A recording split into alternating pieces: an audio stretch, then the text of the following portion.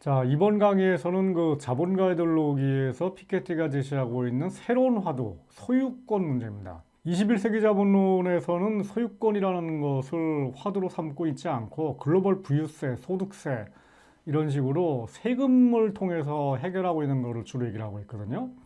하지만 자본가 이데올로기에서는 소유권 문제를 가장 중요한 화두로 사실 삼고 있습니다. 그래서 피케티 책의 그러니까 앞의 절반, 그러니까 자본가 이데올로기의 앞부분은 주로 이 과거, 그러니까 유럽의 중세 시대, 그리고 아시아와 인도 뭐 이런 나라들의 그 과거 시대에 소유권 제도가 어떻게 운영이 되고 있는지를 다루고 있고요. 그리고 후반부에서는 19세기 자본주의와 20세기 자본주의에서 소유권 문제가 어떻게 달라졌는지를 다루고 있습니다. 특히 제10장과 11장에서 지난 세기, 그러니까 20세기에 자본주의 경제에서 소유권 문제가 어떻게 대변동을 일으켰는지를 다루고 있습니다. 19세기의 경우에 이 자본주의 소유권에 대해서 본격적으로 문제를 제기한 사람들이 바로 마르크스와 엥겔스 같은 사람들이죠. 가령 주택 문제, 토지 문제의 경우에도 전면적 국유화를 해야 된다라고 얘기를 했고요. 그것만이 아니라 이 기업의 경우, 뭐 대기업들 특히 대기업들과 은행 이런 그 중요한 핵심적인 그 산업 부분을 이 국유화시켜야 된다라고 마르크스, 엥겔스 뭐 이런 사람들이 주장을 했고, 그리고 이거를 소련이 그 공산화된 이후에 전면적으로 실천을 했고, 거기만 아니라 뭐 북한, 오늘날 지금도 존재하는 북한, 그리고 중국, 베트남, 동유럽, 폴란드, 뭐 체코 이런 나라들이 다 이 공산당이 집권한 다음에 이 기업들을 국유화를 했고요. 그것만이 아닙니다. 사실은 공산당 쪽만이 아니라 뭐 사회당 내지는 사회민주당들도 국유화 쪽으로 많이 기울어졌었습니다. 뭐 소련 경제, 뭐 당연히 국유화 경제, 그리고 중앙계획 경제였고요. 이 표를 보시면 이제 아시겠지만 뭐 노동자 내지는 뭐 노동자 계급이 집권하게 되면 어떻게 되느냐? 후반 아래쪽입니다. 주로 국유화 내지는 사회화 뭐 이런 쪽으로 하자라는 거였고, 이게 뭐 국가사회주의 이런 거였는데, 여기 보시면은 여기 사회민주주의 국유화론이라는 게 있죠. 대표적인 게 프랑스 경우에 미테랑 대통령이 1980년대 초반에 집권했는데, 그때 이 대기업과 은행들을 국유화시켜 버립니다. 프랑스는 지금도 가령 자동차 회사인 르노가 여전히 국영기업입니다.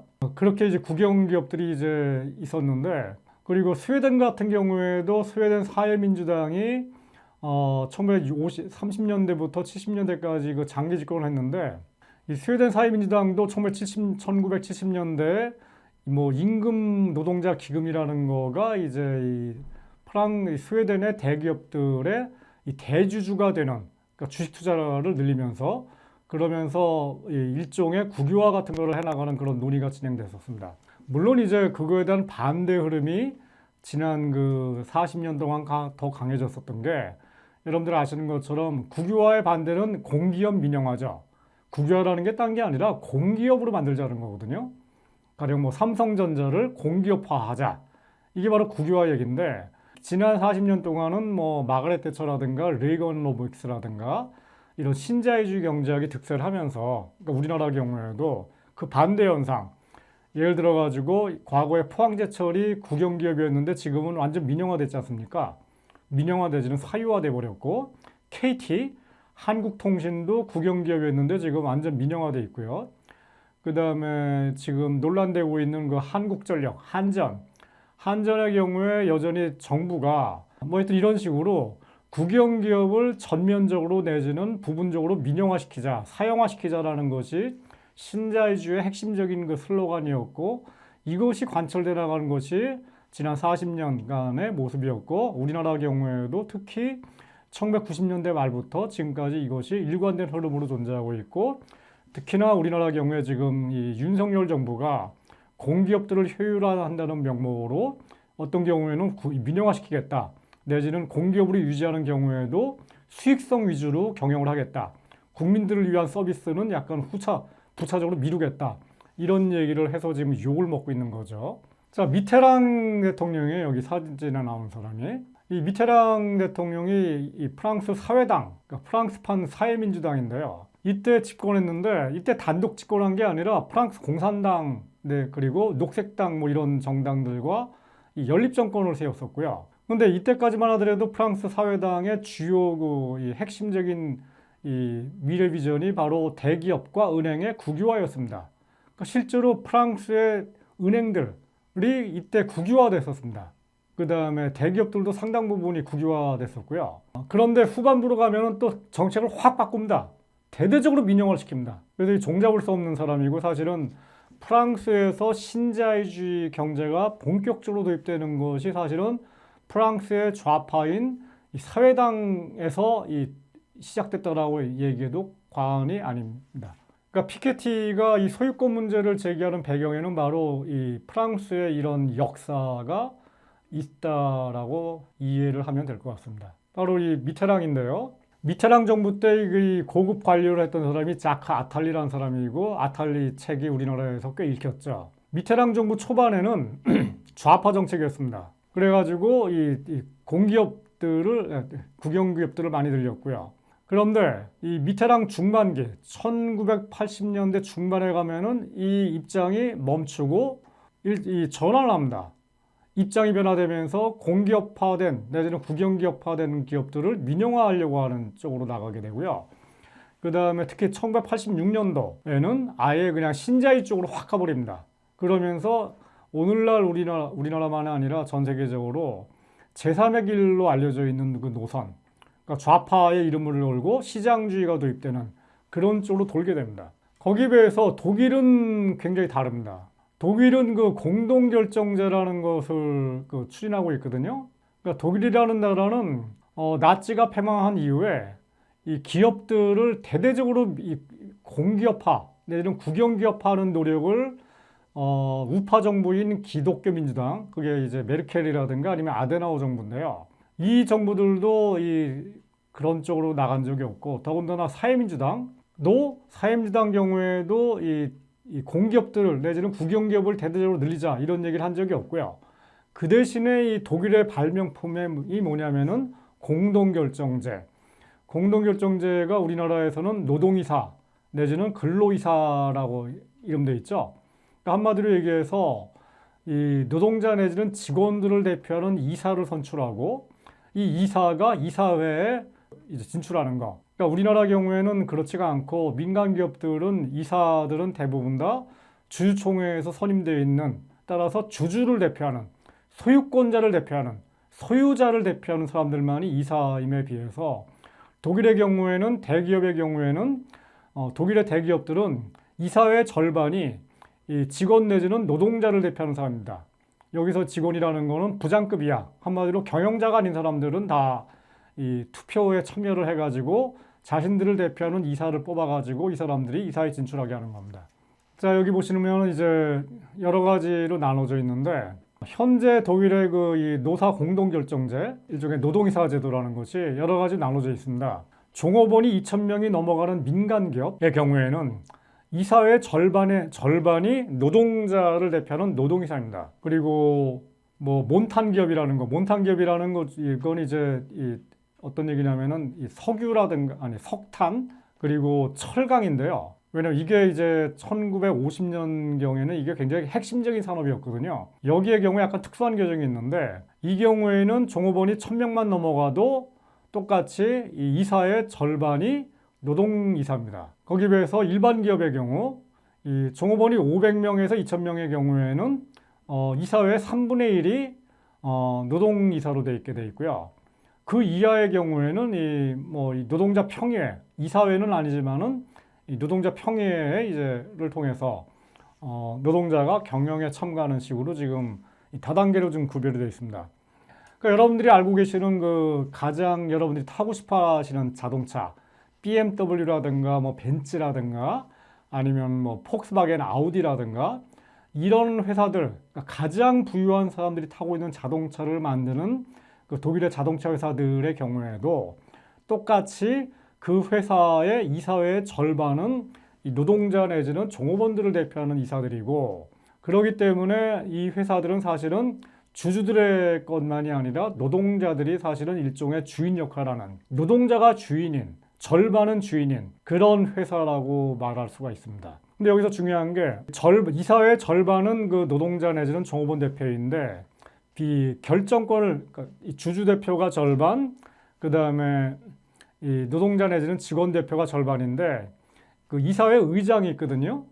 이 이사회 의장은 반드시 이 이사회 의장이 일종의 이 캐스팅 보드를 갖고 있는데 이 사람이 이제 이 주주 편을 드는 경우가 태반입니다.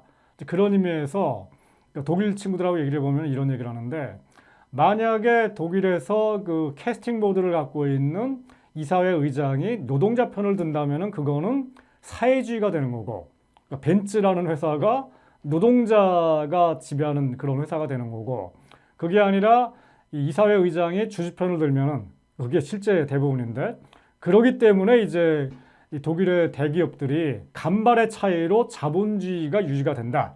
그러니까 이런 얘기를 이제 농담처럼 합니다. 이 공동결정제라는 것이 역사가 오래됐습니다. 19세기에 이제 이런 얘기가 좀 나왔습니다. 그러니까 이사회라는 것이 이 기업의 가장 중요한 의사결정을 하는 기구이죠.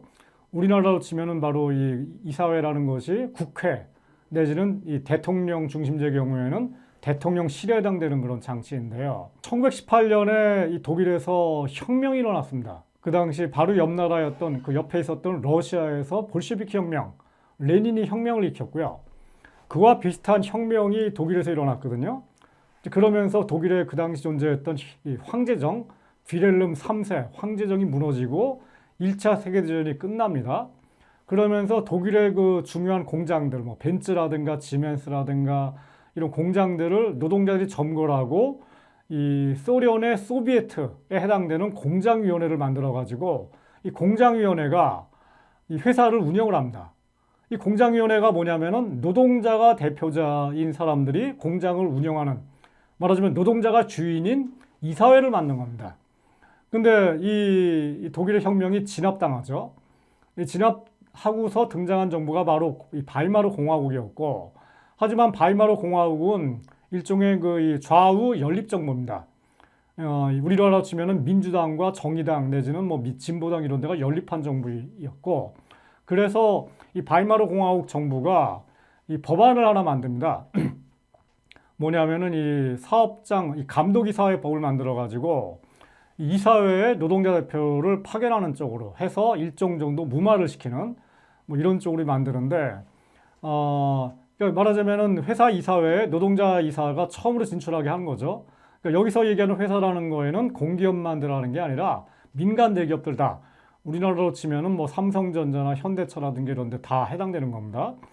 이런 데에 이제 이런 그 노동이사가 진출할 수 있는 법을 법제화를 했습니다.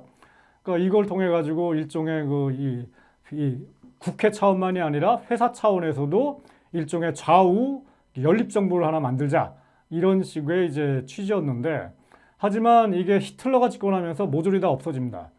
이것이 다시 부활된 것이 2차 대전 이후에 그게 오늘날 독일의 공동결정제입니다. 이거를 노동자 경영 참가의 일종이라고 볼 수가 있는데요. 우리나라 경우에 그 노동자 경영 참가의 유형 중에 지금 법제화된 것이 바로 노사협의회죠. 노동조합이 있어도 노사협의회가 이루어지고 있는데 그것만이 아니라 말하면 뭐 종업원 지주회사 제도, 그러니까 종업원들한테 주식을 나눠주는 거 이것도 이제 일종의 경영 참가인데 가장 그 힘이 있는 권한이 있는 경영 참가가 사실은 공동결정제 이사회에 참여하는 방식입니다.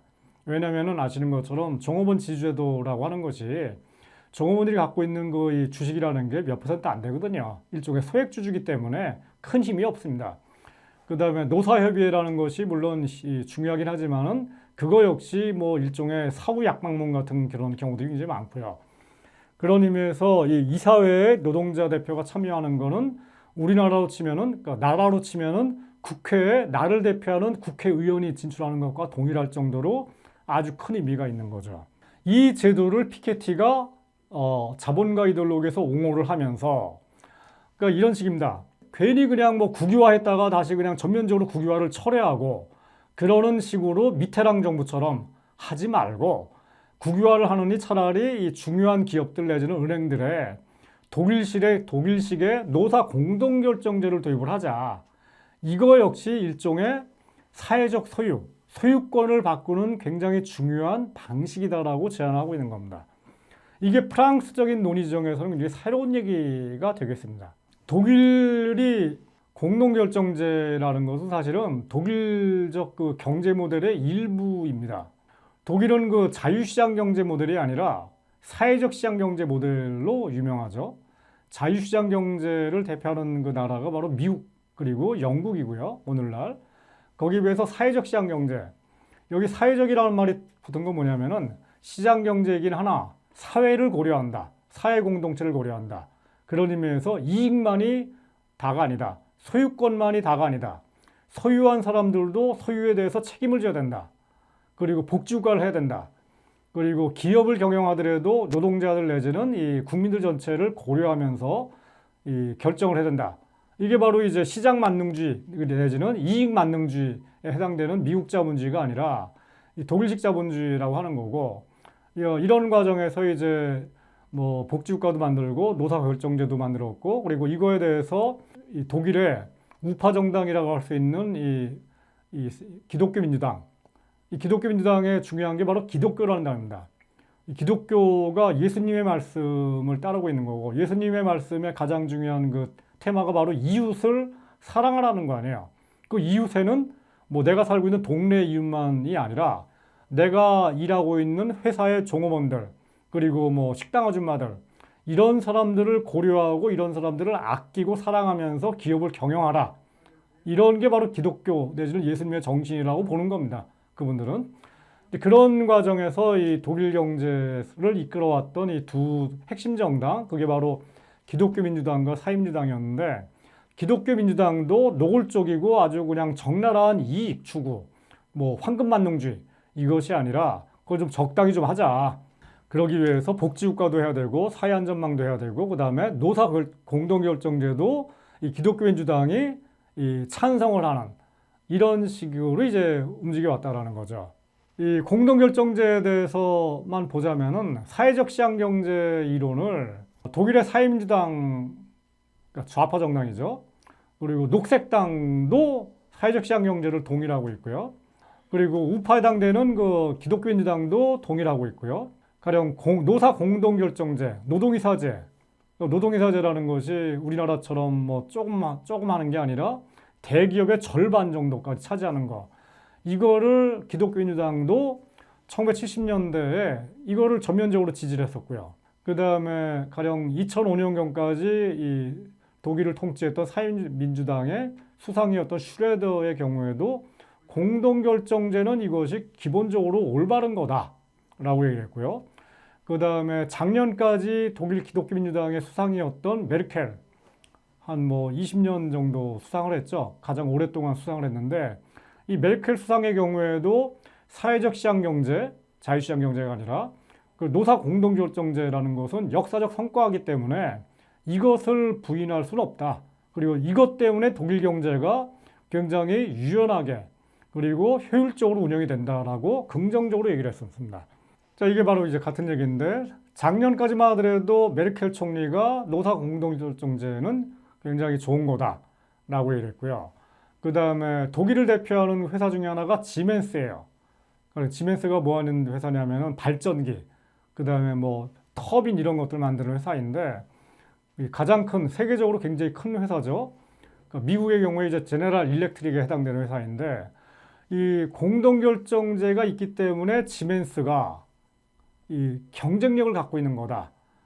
노사 공동결정제. 왜냐하면 지멘스 같은 경우에 최대 경쟁력이 바로 숙련된 노동자들이거든요. 숙련된 노동자들이 회사를 아끼고 사랑하면서 경영자들과 함께 세계 최고 품질의 발전기를 만드는 것이 바로 이 지멘스의 경쟁력이라는 뜻입니다. 그러니까 이런 것들이 이제 계속 얘기가 되었고요. 그렇기 때문에 이 노사 공동결정제를 없애자라는 얘기가 독일에서도 일각에서 나오지만은, 하지만 독일의 주류 정당인 그 사회민주당과 기독교 민주당 양자다. 공동결정제를 없애는 쪽으로 지금 여론이 움직이지 않고 있습니다. 지금도 마찬가지고요. 이 공동결정제가 독일만 아니라 유럽 전역에 지금 퍼져 있습니다. 언제부터? 1970년대부터 1970년대에 어떤 일이 일어났냐면은 1968년대 68 혁명이 일어났죠. 68혁명 때 학생들, 대학생들만 움직인 게 아니라 노동자들이 또 대거 들고 일어났거든요. 그러면서 독일 모델이 뭐 스웨덴이나 뭐 덴마크, 핀란드, 네덜란드 이런 데다 확산됩니다. 대표적인 게 스웨덴인데 스웨덴이 1960년대까지 이 공동결정제 내지는 노동사가 없었는데 1970년대에 68혁명이 일어나면서 이 스웨덴 노동조합, 그리고 노동운동의 요구에 따라 가지고 그 당시 집권했던 사임주당, 특히 그 당시 이끌었던 여러 정치인들의 노력에 의해서 이 스웨덴 그리고 핀란드, 덴마크 이런 북유럽 복지국가에도 종업원 30인 이상, 한마디로 소기업에조차도 노동이사제가 도입이 됩니다.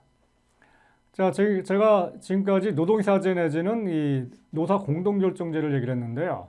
그 맥락은 정리하자면은 그 원래 프랑스나 영국 같은 나라의 좌파정당이라는 건 노동당, 사회당, 뭐 공산당, 생태당, 뭐 환경당 다 마찬가지였는데 여기에 핵심적인 이 기업에 관한 태제가 바로 대기업을 국유화시키자는 거였습니다.